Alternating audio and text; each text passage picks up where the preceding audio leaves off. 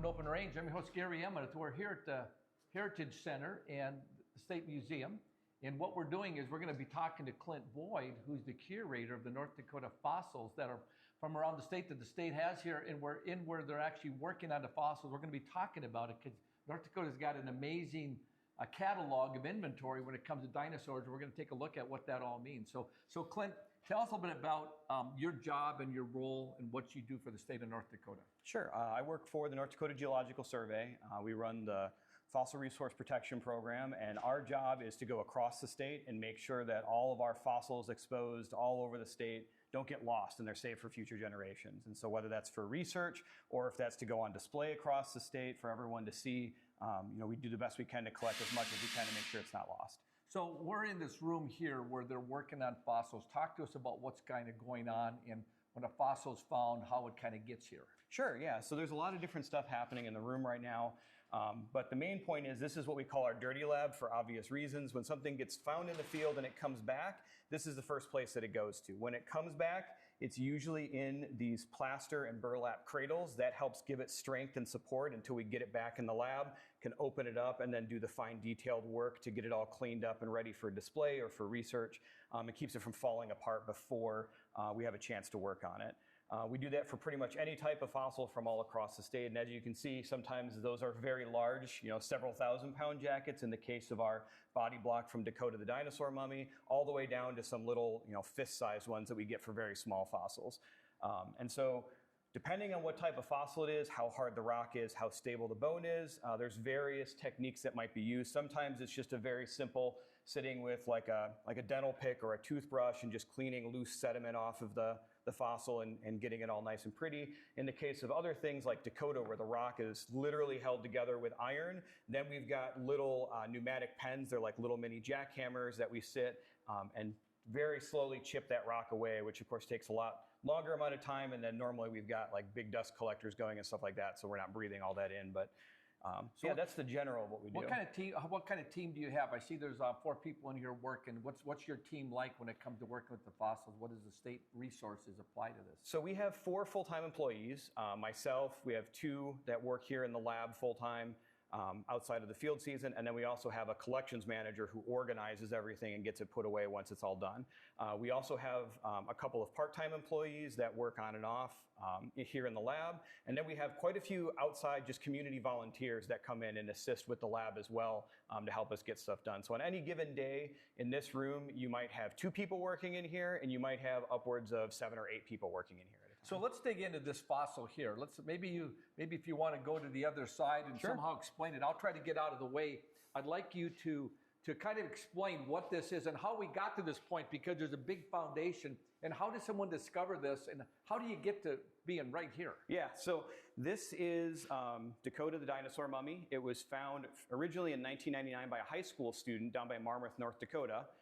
It wasn't collected until from 2004 to 2006 because they didn't realize right away the significance of the specimen, the fact that it not just preserves the bones, but it preserves the soft tissues like the skin as well, which is very rare to find in fossils. And so because of that, we had to be very careful collecting it to make sure we didn't leave any of the skin behind. So it had to be a very large jacket. So what they do is they kind of imagine this as a little isolated hill and you're digging the rock off of it. Every time that you find where some of that fossil is at, you just kind of keep going around it. You don't fully expose it. You're just trying to find the edges of it. And then once you've come full circle all the way around it and you found all the edges, then you trim the top down and you'll make one of these plaster jackets that's strips of burlap soaked in plaster for strength. There'll also be some like wood boards and stuff put inside there for strength as well. You'll put a cap on it so it'll look like a little mushroom sitting there, and then you'll flip that over, in this case with something this big, of course with heavy equipment, not really by hand, and then you'll cap the other side so it's all nice and stable and can't shake around, and then that gets lifted up, put on a truck, and brought back here to the Heritage Center.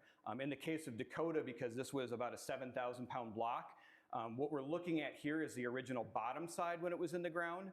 So they put the top cap of plaster on, and then they actually built a steel frame because it was so heavy, rolled it into that steel frame, and that's what's underneath the boards down here is a big heavy duty steel frame so it doesn't fall apart.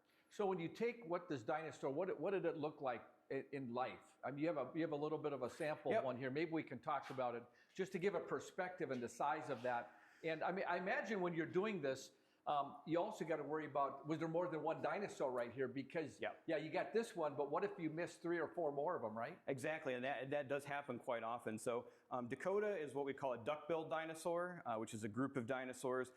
They largely walk around on 2 legs, but they can go down on 4 legs to feed. When they run, they would be up on 2 legs because those front legs are much smaller. They're not as strong as the back legs. They're the main plant-eating dinosaur at the end of the age of dinosaurs here in North Dakota, some of the last dinosaurs that lived.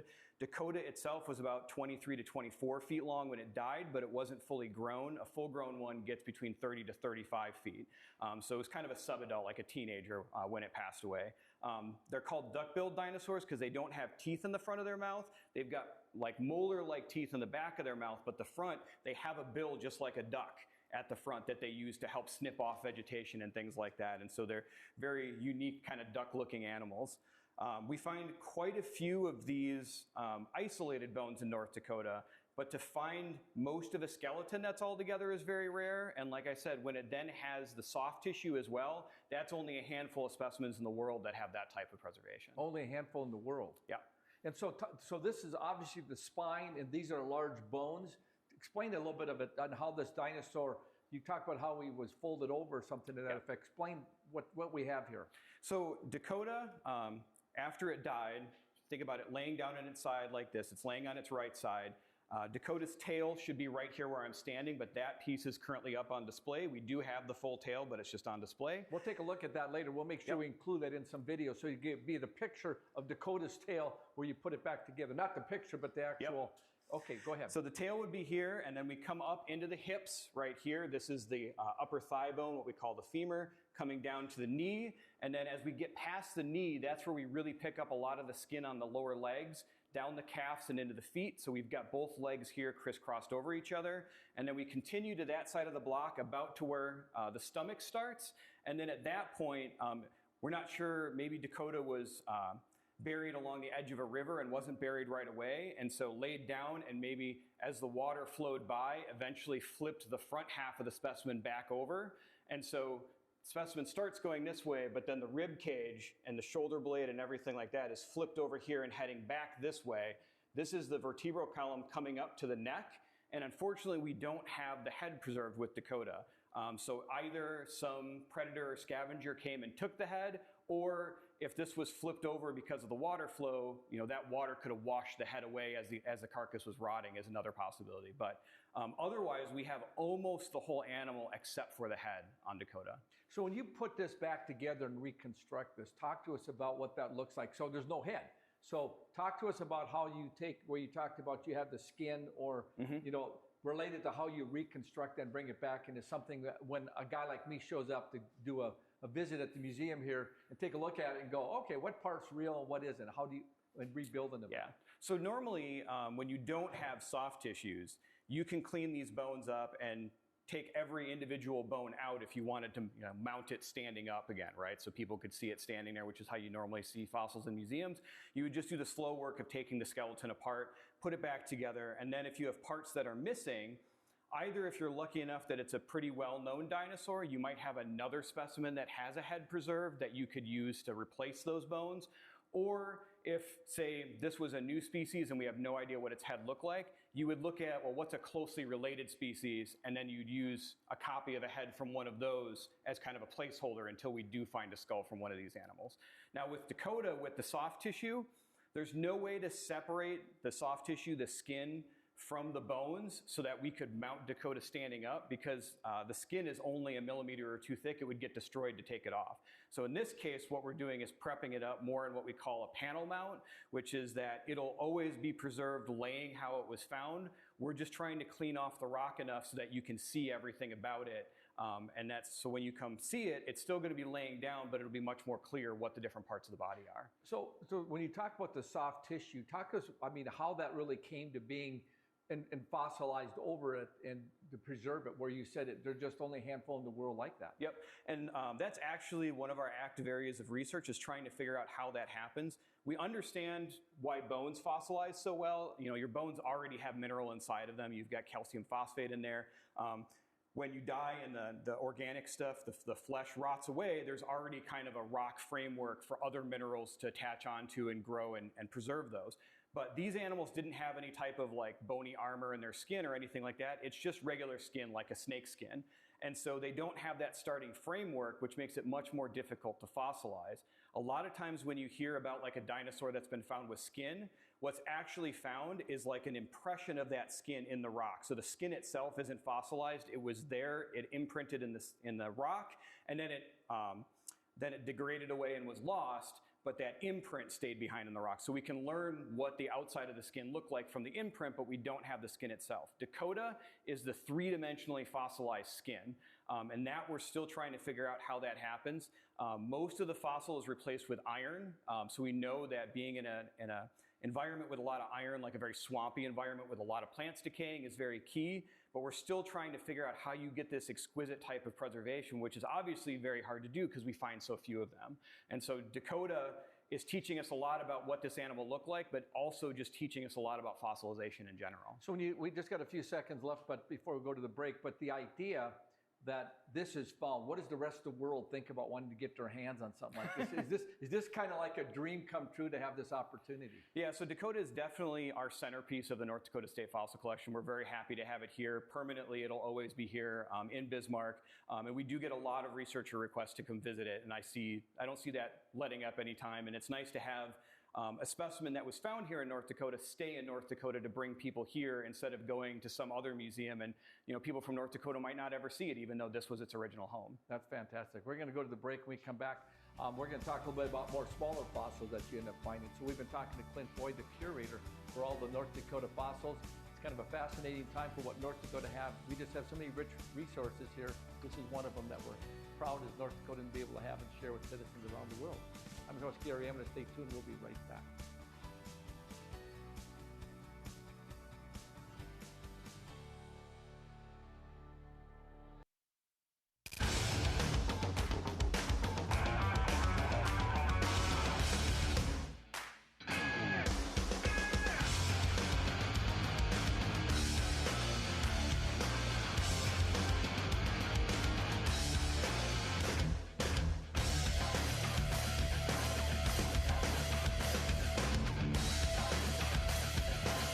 Stop out to our facility, Highway 22 South. Let us build a truck for you. Hello and welcome to the MHA Interpretive Center. It's the perfect stop along the Lewis and Clark Trail and the cultural hub of the Mandan, Hidatsa, and Arikara Nation. Nestled along the shores of Lake Sagaguia in Newtown, North Dakota, 1 mile west of the Four Bears Casino. You can enjoy amphitheater performances, art exhibitions, and educational workshops utilizing our living cultural center. Enjoy some coffee, browse our gift shop, and learn about the original people of this land. Learn more at mhanation.com/interpretive center. Welcome to Arrowhead Cleaners. Newly renovated, modernized, and ready to make your cleaning needs hassle-free. From commercial and residential wash and fold laundry services to the latest in professional dry cleaning techniques, we are dedicated to your unique needs, offering alterations, fabrications, and even custom hat making. So whether you're a busy professional, a family on the go, or even a rodeo champion, Arrowhead Cleaners is here to take your things from messed up to dressed up. Now celebrating our 64th year in Arrowhead Plaza. Home on the Range offers a nurturing place for teens who may have just come from an unsafe or traumatic environment. Here, they receive therapy and education services centered around animals, and the surrounding nature provides opportunities for work, fun, and healing. Life skills learned at Home on the Range are carried with residents when they return to the community with new talents and a greater appreciation for themselves and others. Are you dealing with arthritis, nerve and back pain, dry skin, or superficial wounds, but found no relief? Give Stewart's Natural Health a try. For over 4 decades, Stewart's Natural Health has been helping people and animals with herbal and natural oil lotions, ointments, and creams with a mission to help you relieve pain and feel your best using the power of nature. Discover the safe, drug-free solution to your pain, guaranteed or your money back. Visit stewartsnatural.health today. West River Equipment of Mandan is here to help you maintain peak productivity in your operation. As an authorized dealer for many high-quality equipment lines, we have the new and used equipment it takes to make your farming, ranching, or construction operation profitable and efficient. West River Equipment also has the parts on hand and the experienced technicians in our shop to get your equipment back in action fast. Find what you need at West River Equipment on Old Red Trail in Mandan.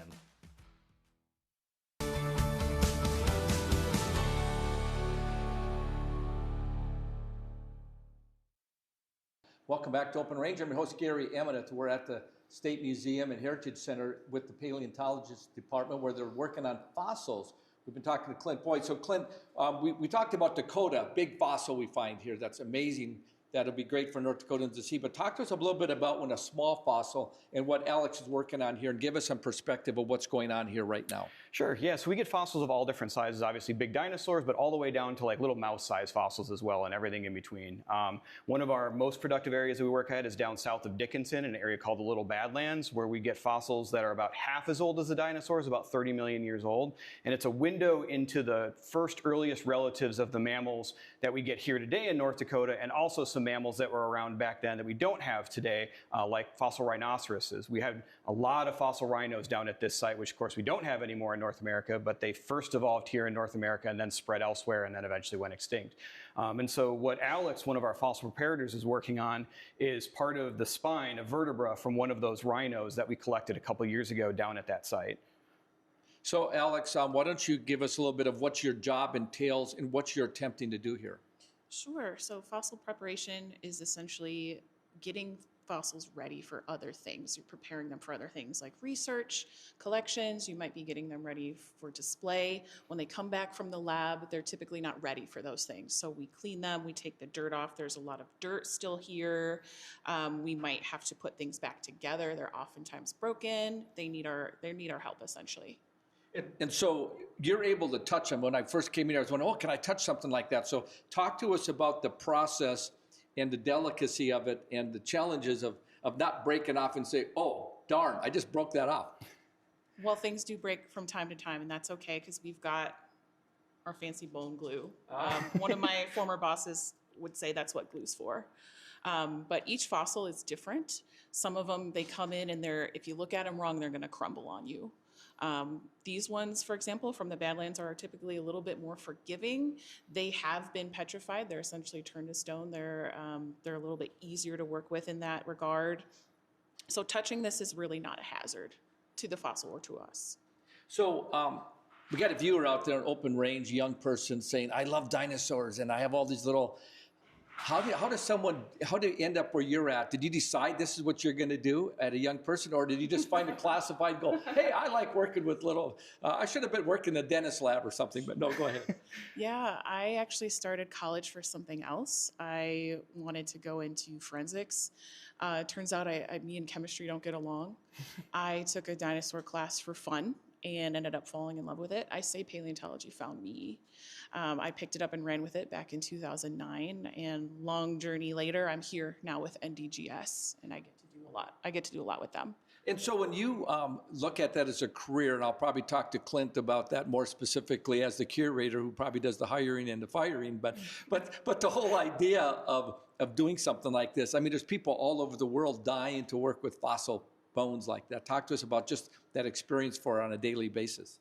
Oh, it's absolutely wonderful. We get to do what we love and we get paid for it, which we understand is a great privilege. Getting to touch things that haven't seen the light of day for millions of years is really special. Animals that have never interacted with humans. I really appreciate that we get to tell their story. And so this bone, that piece here, what's gonna come of that? Maybe maybe Clint has to answer that. But what are you working specifically of trying to achieve here? I want to remove as much of the rock as possible, the matrix. It's still pretty well covered in there. I've got another one for reference to help guide, what shape am I looking at? and you can see how much more covered the one I'm working on is. Some dirt has to stay on there. Some of it just isn't going to come out, like right in there in the neural canal. There would be a hole all the way through, but that's just too difficult. Really, we want to just uncover as much as possible to make it more research worthy. And so when I look at this, it's almost like being a surgeon working on a bone and trying to figure out exactly what that looks like and what it needs to be and what you're trying to bring it back to restoring it for.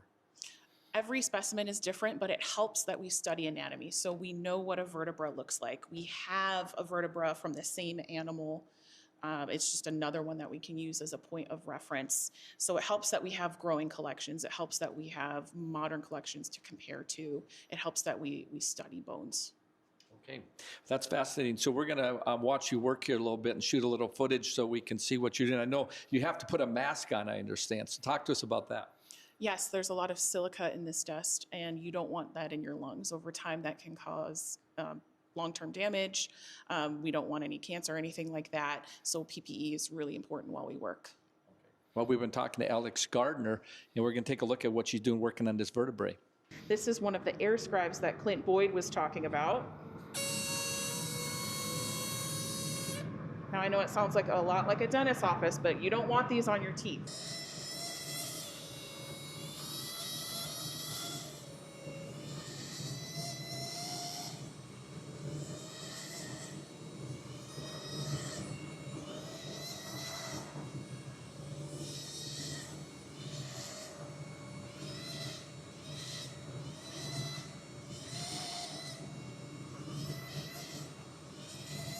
So Alex, what you were just doing, walk us through what you were attempting to do and what you're, as far as whether it's dirt or whatever. Sure. So this is still a lot of rock. We just call that matrix. It's what's surrounding the bone itself, and that can range from really loose sands to very dense. This is a calcium carbonate. Think of it like concrete. It's really hard to remove. I could sit there and do that with my little hand tools, but I'm going to be here for weeks on end.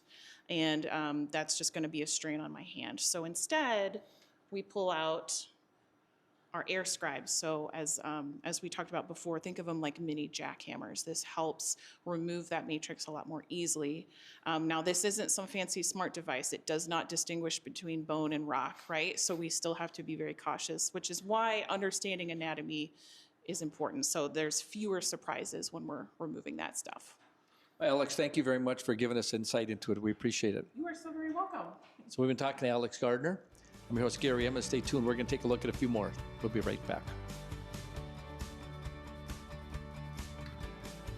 Welcome back to Open Range. We're taking a look at, as you know, my mascot is Bolo the Buffalo, and this is a bison, a giant bison, and we're going to have Clint explain to us what's going on and what this all represents. Yeah, so this is our bison latifrons specimen, which was the largest species of bison that lived during the Ice Age, almost twice the size of modern bison and much larger horns. The horn span, once the horn sheath is back on, you're talking 9 to 10 feet easily between the horns. So 9 to 10 feet span. Yeah, just amazing. Like I can't imagine how much people would pay nowadays to go on a hunt for that, right? So, no kidding. But this specimen was found along the Missouri River back in the 90s. It's been up on display for a while. But what we're doing is kind of cleaning it up and stabilizing it a little bit more and making it a little clearer. When they put it back together, you can see part of it's been reconstructed and part of it is real bone. And when it was originally put back together, they then painted the reconstructed part so you couldn't tell what was bone and what was replaced. Moving forward, we're trying to do less of that. We want to make it clear to people, like what is the actual fossil and what is the part that we've replaced. And so we've been trimming this down, getting this very clear. It'll still get painted again, but it will be a different color. It won't be this flat white, but it won't be the same color as the bone. And then additionally, these horns, as you can imagine, these big horns, there's a lot of weight there that has to be held up. And they were putting some fractures through the skull from that levering of the weight trying to sit against it. So the other thing we have to do is to modify this mount a little bit so the horns are a little more stable and it's not causing damage to the specimen before it goes back upstairs. So what you're talking about is so often when they get reconstructed, you don't know, oh, they just found a tooth, but they redid it with plaster.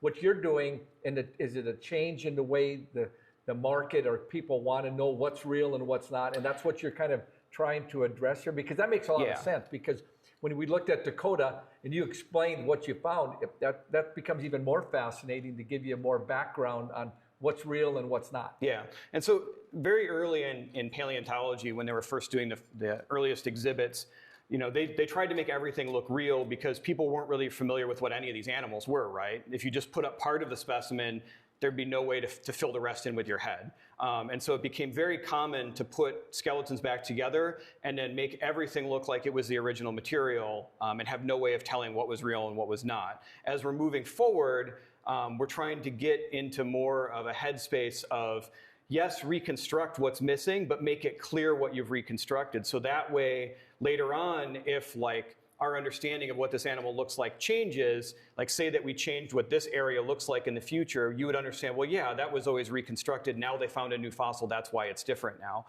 kind of thing. And you can understand how rare it is to have a very complete specimen, and the fact that most specimens that we find are missing a lot of pieces. Because what we like to talk about is most of what we find is prehistoric roadkill. It's not stuff that, you know, laid down and got very nicely buried. It's stuff that died and got fed on and dragged around and washed around, and so you end up with very imperfect fossils most of the time. And it's important that people know that and know that that's how most things are found. Well, you know, it's kind of interesting because there's always the skeptics. You know, what's the timing? 20 million, 100 billion? What, you know, it just kind of boggles the mind. And so by being able to demonstrate this, those that come from all different schools of thought, it allows them to get their perspective on what's there, what's found, and what's real and what's not. Yep. So we're gonna go upstairs and take a look at some of the other things that are going on and what some of the final specimens are, what's going on here at the museum, and what visitors across the state and the world that come here to see can take a look at. So we've been talking to Clint Boyd. I'm your host, Gary Eminent. Thanks for watching. We'll be right back.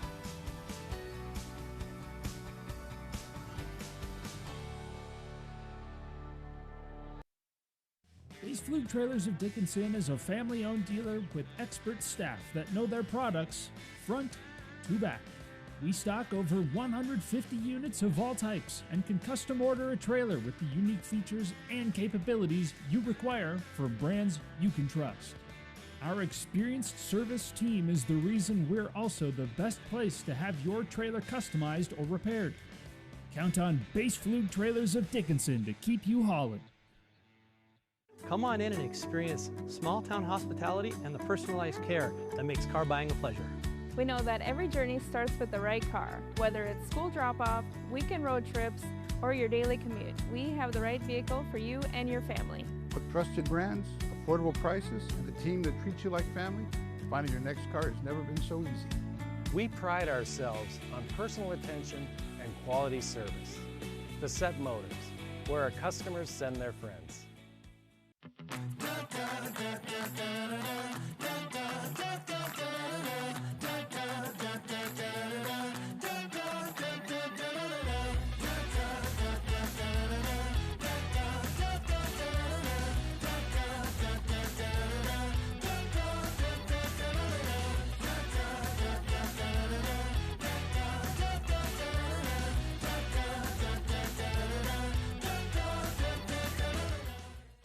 Yeah, U.S. Cattlemen is a member organization that each member has a vote in anything we do with policy. We're representing the independent cattleman or the cow-calf guy or an independent feeder or whatever. We like to support the independent producer. We're talking about mandatory ID, we're talking about cool, we're talking about all the legislation that's going to be coming down with the new administration. There's going to be lots of moving and shaking. So always check us out at our website, uscattleman.org. I'm $27,000 in credit card debt. Okay. You have to radically do something different, because if you keep doing what you've been doing, you're going to keep getting what you've been getting. Now is not the time to be doing math. The time to be doing math was when we didn't go into $200,000 of debt. If you are freaked out and you're stuck in those debt payments and you think it has to be a part of your life, it doesn't.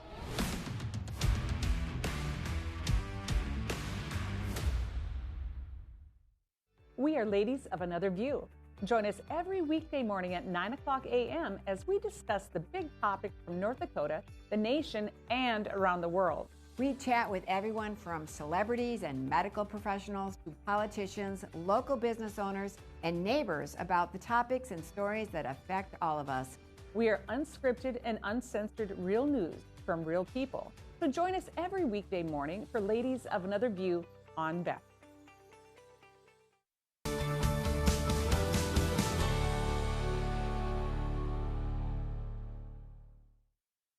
Welcome back to Open Range. I'm your host, Gary Eminence. We're looking at a fish here, a whole different fossil. We looked at the giant buffalo. We looked at a duckbill. So, Clint, what do we have here, and what's this all about? So this is an almost complete fish skeleton. It's from the age of dinosaurs, about 80 million years ago, but it's from the seaway at that time rather than on land where the dinosaurs were at. So this particular fossil comes from the Pembina Gorge up in the northeast corner of the state. And what we're looking at is a fish kind of shaped like this, big, long body, kind of like a tarpon with a very large head. So they're very much predators. And the way that it's laying in here is that we've got the head down here, kind of the skull bones falling apart into a pile, but then a nice, beautifully preserved spine running around kind of in a big J shape back to the nice, well-preserved tail fin at the end. And you can see a little bit of the pelvic and pectoral fins just starting to come out in the middle right there. So this was a chore. This took 4 years from discovery to getting it back into the lab. 4 years. 4 years. It was 55 vertical feet up a cliff. It was right near the road, but it was 55 feet up. So we had to dig all the way around it. It was just the very edge right there that was found initially. It took several years because you have to not just dig around the specimen, but there was a lot of overlying rock as well that you've got to move out of the way before you can even find the fossil. And then once you have it uncovered, it was a fairly steep hillside that it was sitting on, and we had to cut a path on that hillside so that we could very slowly drag this big jacket, about 2,000-pound jacket, all the way down to the road and then load it up onto a trailer. So what size would this fish have been? I mean, it's obviously a little bigger than that. Yeah, a little bit bigger than this one. But in life, this one was about a 7-foot-long fish, which is about the full size for this animal. This is a fish called Ichthyodectes. There's a closely related fish that's a lot more famous called Xiphactinus. That's the one that we have upstairs in the Heritage Center. That gets about 12 to 13 feet long. That's a little bit bigger species. But to find a fish especially, I mean, if you've ever seen like a whole fish get cooked, how fragile it is, like the bones come right apart, it's very difficult to preserve an intact, in-place fish skeleton because of that. And so this is our first specimen like that we've gotten from here in North Dakota. So how does this happen? I mean, in other words, how did this fish preserve, I mean, in your mind, from an expert in it, you take a fish bone and you cook it and it's, they are so fragile. Now you're saying 80 million years ago. Talk to us about how could this have possibly happened? So that northeast corner of North Dakota at this time, about 80 million years ago, there's a big seaway that goes all the way from the Arctic all the way down to the Gulf of Mexico. It's not super deep, only a couple hundred feet deep, but it is relatively calm. And so these black rocks here, this black shale, is the result of fine dust and dirt getting blown out over the seaway, settling into the water, and then very slowly accumulating down.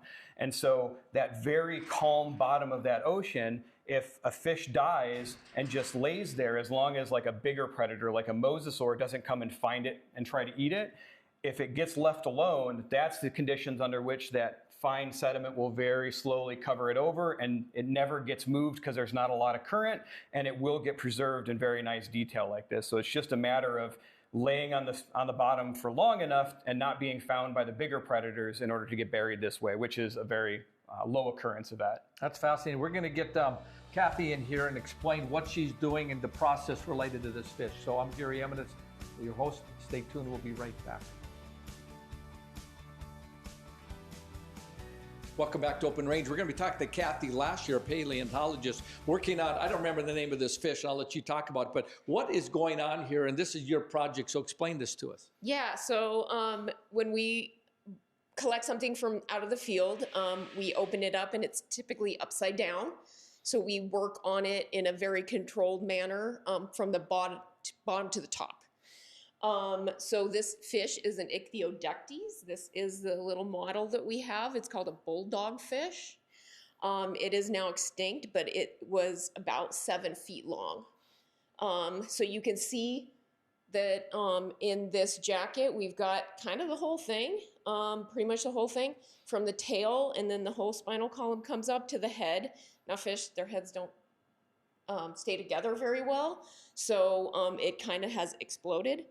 Yeah. So what are you trying to do? So will you break away this rock and then just try to take out one vertebrae at a time and then reconstruct it? So how long have you been working on this, and what is What is the end result timetable? So this is rare. It's in articulation, so the bones are in live position, and we like to keep it that way. So what I've been doing is just removing the rock very systematically. This stuff is very, very they look like loose. It's pretty loose. So I was prepping it with a paintbrush essentially. So it's extremely fragile. So I've been working on this probably for about 3 months on and off because it is so fragile that I don't have to spend a lot of time removing this stuff, but I do need to use a kind of an adhesive to consolidate the specimen so it doesn't break apart. So when this is all done, will this stay in some type of laying down like this, the fossil itself, or will you try to reconstruct it into a fish like that? We're not going to reconstruct it. We're going to leave it as it is, but we are going to try to remove this the matrix around it just so we can see what's going on. Now, what are all these little orange spots? You got little tape setting everywhere, and then you got numbers and boxes. Explain to us what that process was. Yeah, so we were doing a time lapse video of this as I was working down through the matrix. So to keep myself kind of on track where the bones were occurring, I was putting down these little orange spots. We also found a secondary fish underneath it, so it would have been above it the way you're looking at it right now. So the numbers are where I was finding those bones. So when we go back to the photographs of it in the time lapse, we're able to say that's where that bone came from in this jacket. So we can reconstruct the jacket if we need to. That's incredible. And so how much longer will you be working on a project like this before it's ready for the public to take a look at it on display, typically? It kind of depends. So we're sort of planning, we're trying to think of a way to actually flip it over and prepare the other side. So the side that they found in the field. Again, we want to keep it in this position. So it's going to be a really tricky matter. So I would say probably, 6 months to a year to get it into display worthy.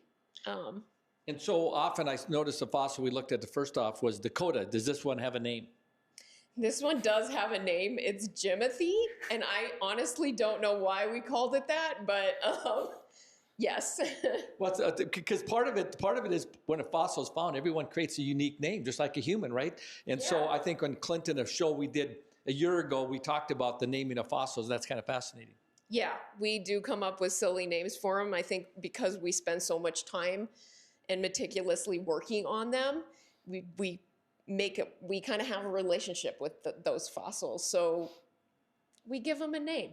I think that's incredible. I mean, because that's fascinating. Because for someone to do what you're doing, it's a fascinating career for someone to have opportunities like this, and it's rare. So, Kathy, thank you for joining us today in Open Range. Thank you.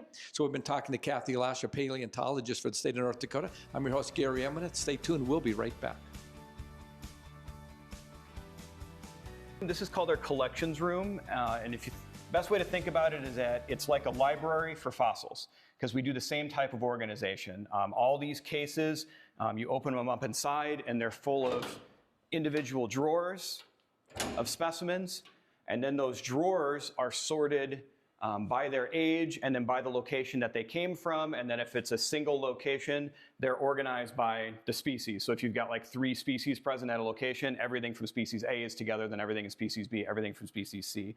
And then broadly through the whole room, we've divided into 3 parts. There's the fossil plants, which is what this part of the collection is. In the middle is the fossil invertebrates, so things like clams and snails.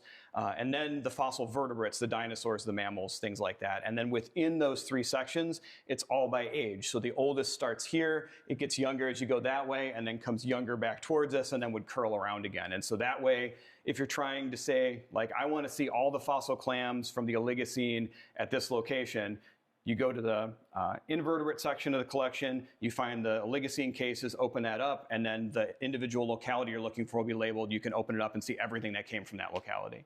So that reference system makes it fast and easy for us and for outside researchers to find stuff here in collections, and you're not just having to like randomly search around, where did I put that thing again? It's in here somewhere, kind of system. So Clint, what kind of access do people have, the general public or research paleontologists from around the world, if they want to do some research?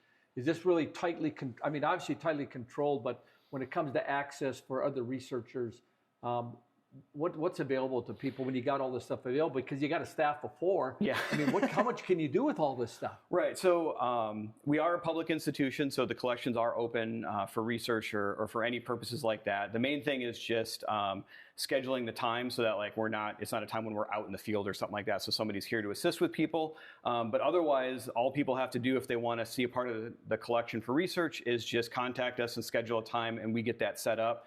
Sometimes like a certain fossil, like maybe there's another researcher that's already studying that fossil, so we can't let you look at that one until they're done with that thing, because we don't want people like, jumping over each other trying to get something done.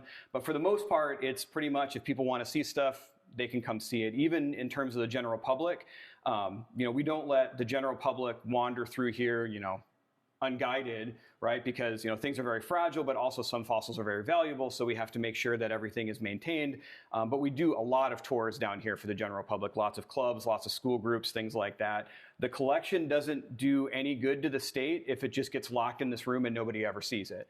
So it's in this room secured so that it's safe and well maintained, but then the concept is it needs to be used or there's no point in having it. So we want to use it as much as possible. Are there challenges related to humidity and temperature that you have to deal with to maintain? I mean, obviously they've been preserved for millions of years already, right? But walk us through just the technology related to this, because this doesn't look like it's climatically controlled, other than it feels like my basement kind of. Yeah, so we are in the basement, but the whole building here, all of the collections area of the Heritage Center here is temperature and humidity controlled. So it stays within a narrow range so that in the middle of the summer, it doesn't warm up in here, or the humidity doesn't go up, or it doesn't get super dry in the winter, because it's those fluctuations that can be damaging for any artifact, but especially for fossils.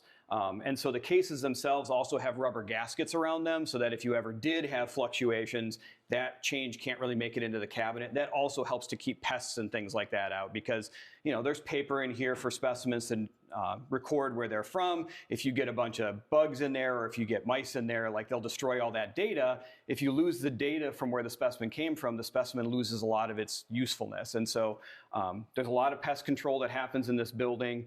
A lot of controlling for temperature and humidity. One of the reasons we have to control temperature and humidity that people don't really think about is, like we talked about, most of the fossils are replaced, right? The original organics are replaced with rock or a certain type of mineral. One mineral that likes to replace fossils is pyrite, fool's gold. But when you have a lot of iron and sulfur, which is what makes pyrite inside of a fossil, if it's in a very humid condition, those pyrite crystals will continue to grow over time, and eventually it'll rip the fossil apart and destroy it down to nothing as it continues to grow. It's referred to as pyrite disease. So those specimens especially, we have to have sealed away and really control the humidity if we want them to last more than a decade or two, because otherwise eventually you'll open the cabinet and it'll just be a pile of dust. So it is very important that we control a lot of the different conditions in here as much as possible.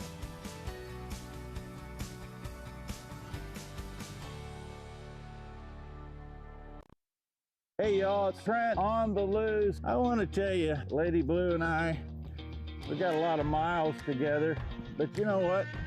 You and I got a lot of miles together as well.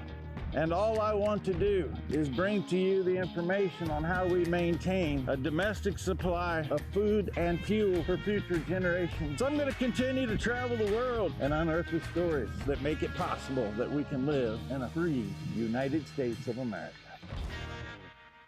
Welcome to Arrowhead Cleaners. Newly renovated, modernized, and ready to make your cleaning needs hassle-free. From commercial and residential wash and fold laundry services to the latest in professional dry cleaning techniques, we are dedicated to your unique needs, offering alterations, fabrications, and even custom hat making. So whether you're a busy professional, a family on the go, or even a rodeo champion, Arrowhead Cleaners is here to take your things from messed up to dressed up. Now celebrating our 64th year in Arrowhead Plaza. Are you dealing with arthritis, nerve and back pain, Dry skin or superficial wounds, but found no relief? Give Stewart's Natural Health a try. For over 4 decades, Stewart's Natural Health has been helping people and animals with herbal and natural oil lotions, ointments, and creams with a mission to help you relieve pain and feel your best using the power of nature. Discover the safe, drug-free solution to your pain, guaranteed or your money back. Visit stewartsnatural.health today. We are the St. Mary Sisters. We are building a new facility here in Bismarck, North Dakota, for the sake of training young women to be courageous teachers in this state. The sisters will educate the younger generation to be fully alive through truth and discipline. The sisters' life of devotion and joy will make a positive difference in your community. Check out what we're up to, see what's going on, and join our mission to make a difference in the lives of the children of North Dakota. Ashley, North Dakota is where life moves a little slower, but never gets dull. From hunting, camping, and fishing to safe streets where kids can be kids, this is the best of small town living. And Ashley offers everything you need, from healthcare to hardware to countless ways to stay active. Here, we've invested in our future with major upgrades to roads, parks, and education. Whether you're here for the day or here for life, you'll find Ashley's where you ought to be. There's never been a better time to rediscover the style, reliability, and all-season, all-terrain fun of the all-new Nissan lineup at the new and improved Ryan Nissan. Whether it's the sleek and stylish Murano, the adventure-ready Pathfinder, or the reimagined, ready-for-anything 2026 Rogue, the all-new Ryan Nissan has the vehicle of your dreams at a price perfect for any budget. It's time to rediscover your passion for the road. It's time to rediscover the all-new Ryan Nissan, engineered to endure.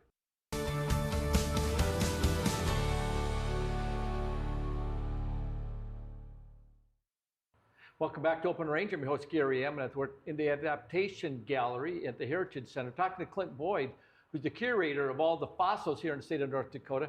And we've been downstairs looking at the various things when they're recovering and working through the fossils and reconstructing. We're up here and looking at, well, actually, I'm going to have Clint tell us what we're looking at here. So explain this to Clint. Yeah, so this is our Xiphaxinus. So this is a fossil fish from the age of dinosaurs about 80 million years ago. We find it up in the Pembina Gorge area, northeast corner of the state. One of the biggest fish that you can find in the fossil record here in North Dakota. And a close relative of the Ichthyodectes we looked at downstairs being cleaned up, that was about a 7-foot fish. This is on the order of a 12 to 13-foot fish. It also has very large spiked teeth in the mouth. The Ichthyodectes downstairs doesn't have that. So this is much more of an apex predator than the one downstairs. So when you have this fish, and how long has this been on display? And how did it take? What did it take to get it here? And where was this found? Is like, 6 years ago or whatever. Give us a window on the window of this being available to be put together like it is. Yeah. So this, the whole gallery here and these fossils that you see on display went on display in 2014. Before that, some of these were on display elsewhere in the museum, but that was the big addition that got put on in 2014. We really expanded the fossil galleries here. This specimen here is all cast. But we do have some of the real fossils on the floor. Again, these fossils come from the Pier Formation, and the fossils are very fragile, and so they wouldn't really hold up to being held up like this. So we instead make copies and then either 3D print them or make like casts of them out of plastic and then put them up so you can see what the whole animal looked like. I kind of think because the names are these long words and these types of dinosaurs and fish that I can never keep straight, so I don't bother saying them. But the idea of actually bringing them back together from pieces that you found, whether around the world or here in North Dakota, it allows amateur guys like myself to be able to get a visualization of it. Mm-hmm. And the philosophy, talk to us a little bit about the philosophy behind that, because some people struggle, was that real or is it just made up? Yeah, so we always try to show what a full animal looked like, right? Because it's, you want to know, what did the fins look like here on a dinosaur? Like, what did the back legs look like compared to the front legs? But we don't always, on every specimen, find every part preserved with the animal. So a lot of times there's reconstruction in there. And traditionally what would happen is you would paint over the specimen in a way that you couldn't tell what was real and fake, because the museum concept was we want this thing to look as beautiful as possible, right? Nowadays we try to take a slightly different approach. We still want to finish skeletons out so people can see what the whole animal looked like, but we want to make it a little clearer what is the reconstructed part and what is the replaced part. And so that's part of what we're doing moving forward as we either revamp exhibits in here or put new stuff up is try to make it very clear which parts are the real bones and which parts are we either looking at near close relatives to reconstruct what it looks like, or sometimes we kind of have to guess at what areas look like, and those parts might change if we find real fossils in the future of those areas. So the philosophy of the gallery, when you do this kind of thing and have all these on display, how often do you change these out? So if I say, hey, I was just there, you know, a year ago, do I need to come back again and tour the place, or how often does things change? We try to have continuous updates and additions to the gallery, so there's a reason for people to come back. But as you can imagine, like doing a large-scale replacement is a lot of work and costs a lot of money, and so those don't happen all that frequently. That's more on the order of like every 15 or 20 years you get like a full gallery redone somewhere. But we try to make something new all the time. We've got a new interpretive panel, interactive electronic panel that went up just a few months ago. We're about to bring some new fossils to put on display here. Whenever we find something new and there's a big study that gets published on it, at least temporarily, we get it up on display here somewhere in the museum. So if you hear about it in the news, you can come into the gallery and see it in firsthand for yourself. So a lot looks like it stays the same, but if you're really going through in detail, you'll find little new things constantly through here. So if you take North Dakota compared to other states, let's put across all 50 states, how would you compare what we have for fossils and what we've been able to do here in the state of North Dakota with our budgetary opportunities? So, North Dakota is a great state because you have the whole surface of the state is covered with the right type of rock to have fossils in it. Now, different age fossils in different places, like in the eastern part, it's mostly Ice Age stuff. You get down in the southwest corner, that's where your dinosaurs come from. But the whole state is capable of producing fossils, which gives us lots of opportunities.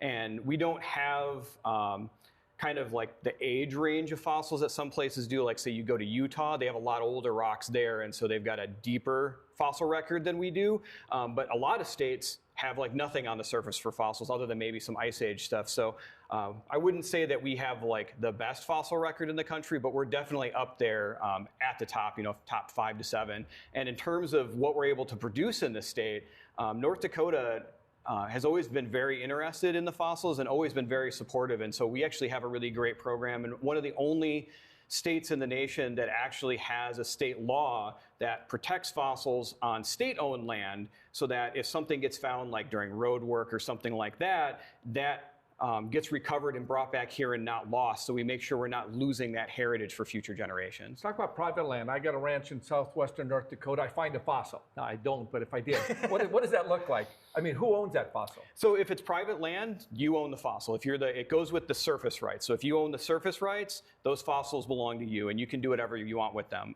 You could donate them to a museum like us. You could collect them and keep them at home. You could collect them and sell them if you wanted to. You could drive a bobcat over them and crush them into dirt if you wanted to. There's no regulations on private land. It's whatever you want to do with it. We do work with a lot of private landowners, either to go out and collect and then they donate material to the museum, or a lot of times we'll go out to places because people think they found something, and we'll just go out and let them know what they have, and then let them, you know, follow the rest of the process themselves. Do they want to collect it? Do they want to see if someone wants to buy it? Like, we're happy to give that intro information, and then they can make the decision on what happens on the end on that. That's fascinating.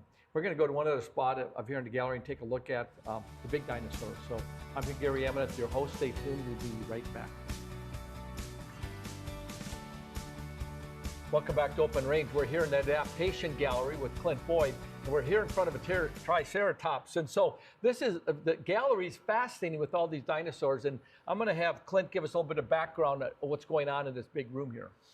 Yeah, so this corner over here of the gallery, this is our End of the Age of Dinosaurs exhibit. So we've got, of course, Triceratops, the big plant-eating dinosaur with the 3 horns and the big frill on the back of its head. Big, massive dinosaur, kind of like the bison of their time back then. And of course, then facing off against our big predator, one of the largest predators that ever lived, Tyrannosaurus rex. So these are the last dinosaurs that live in North America, and we have a really good record of them here in North Dakota, one of the best records for that very end extinction event where the dinosaurs gone. And so this is one of the best places in the world to study that environment, so we want to have one of the best displays of that. So when you say the best place in the world, you literally mean in the world? In the world, yep. So if you want to study what happens just before the dinosaurs go extinct and then what happens afterwards, how the whole environment recovers, North Dakota has a really complete rock record across that time and makes it one of the best places in the world to study that. So you've had this public digs where people can apply to come on. Talk a little bit about that, because my hope is at some point we get out and watch you do a dig, but you open up and let people from all over the world apply to come in for it, and it's cheap. I mean, I think I always said there's a business opportunity here for the private landowner, but go ahead. Yeah, so every year we have public fossil digs where we have set locations, usually 3 or 4 places through the state, where we take the public out with us and they help us collect fossils. And so the first question we always get is, well, is this places where you just go bury fake stuff and people dig it up? It's like, no, we're going to the actual spots where we go to find real fossils. You help us find them and dig them up. We take about 500 people per year out with us to do that work, of all ages. The youngest age is 10, but pretty much we've had people, obviously as young as 10, and we have people all the way up into their 80s that come out and go with us. Most of the spots we pick because they're easy to get to. It's not difficult for people to get there, and there's a lot of fossils there to find. And so we've been doing that now for 26 years. Next year will be our 27th year. Registration opens the first weekend in February, and we're looking forward to that filling up, and it fills up fast within minutes. So within minutes, and it's first come, first serve? First come, first serve. What's the cost about to do this? So we did have to raise prices, as it's inflation, right? Oh, so yeah. we haven't raised prices in many years, and we finally had to bear down and do it. But it is for most of our digs, it's $50 per person per day to come $50? dig. Oh my gosh, that's terrible. Our dinosaur dig is $70 because it's a little more popular and there's a little extra cost there to get into that site. But otherwise, if you compare to other places in the country that do this, you're talking well over $100. Some of the places charge $200 or $300 per person per day. I'm thinking you could put a zero behind that and it'd still be full, but that's okay. It doesn't amount to that much anyway. 500 times 5, whatever. But I mean, the idea of making available to the general public, so anybody can apply. It's first come, first serve. Yep.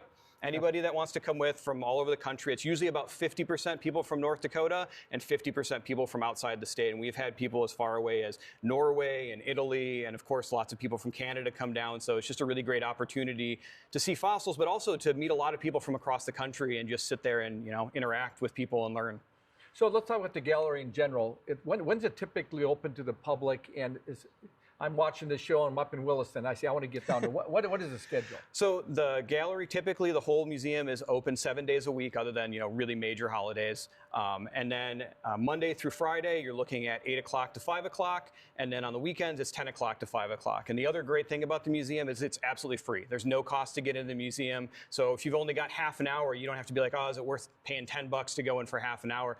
Like, yep, pop in for half an hour. Next time you come through, pop in for another half an hour and see another part of the museum. I think that's fascinating. The other thing I think we got to do for all the viewers out there, I think what you really need to be thinking about is they only got 4 staff.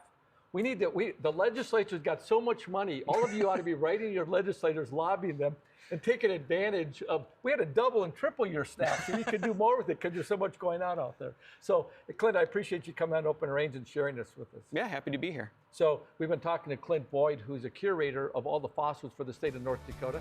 It's been a time that we've been wanting to get up here, take a look at it. We'll be back and do this again in the future. And I'm your host, Gary Emina. Thanks for watching.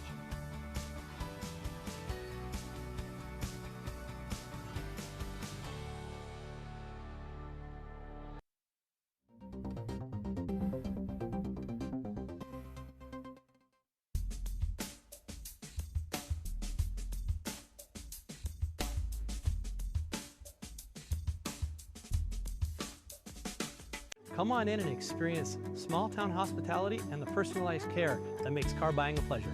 We know that every journey starts with the right car. Whether it's school drop-off, weekend road trips, or your daily commute, we have the right vehicle for you and your family. With trusted brands, affordable prices, and a team that treats you like family, finding your next car has never been so easy. We pride ourselves on personal attention and quality service. The Set Motors, where our customers send their friends. Welcome to Arrowhead Cleaners. Newly renovated, modernized, and ready to make your cleaning needs hassle-free. From commercial and residential wash and fold laundry services to the latest in professional dry cleaning techniques, we are dedicated to your unique needs, offering alterations, fabrications, and even custom hat making. So whether you're a busy professional, a family on the go, or even a rodeo champion, Arrowhead Cleaners is here to take your things from messed up to dressed up. Now celebrating our 64th year in Arrowhead Plaza. Hello, friends. This is Culture Crossroads. Join me, Andrew Southwick, and my co-hosts, R.C. Williams and Juliana Ormond, as we tackle the issues shaping America. From politics to pop culture, to faith, freedom, family, and the future. From a faith-based conservative perspective that you won't get anywhere else. We stand at the intersection of faith and freedom. This is Culture Crossroads. Culture Crossroads, Sundays at 5 p.m. Central on Beck TV. Hi, I'm Scott Hennon, host of the What's on Your Mind program on Beck TV now. From Baker, Montana to St. Cloud, Minnesota, and everywhere in between. We're looking forward to having a conversation with you about what matters most. We're talking to newsmakers, from members of Congress to the state legislature, and most importantly, the good folks that make up the great state of North Dakota, South Dakota, Minnesota, Montana. Every single day, you get a chance to tell us what's on your mind. And now you can watch What's on Your Mind live on Beck TV. Tune in 10 a.m. live for What's on Your Mind.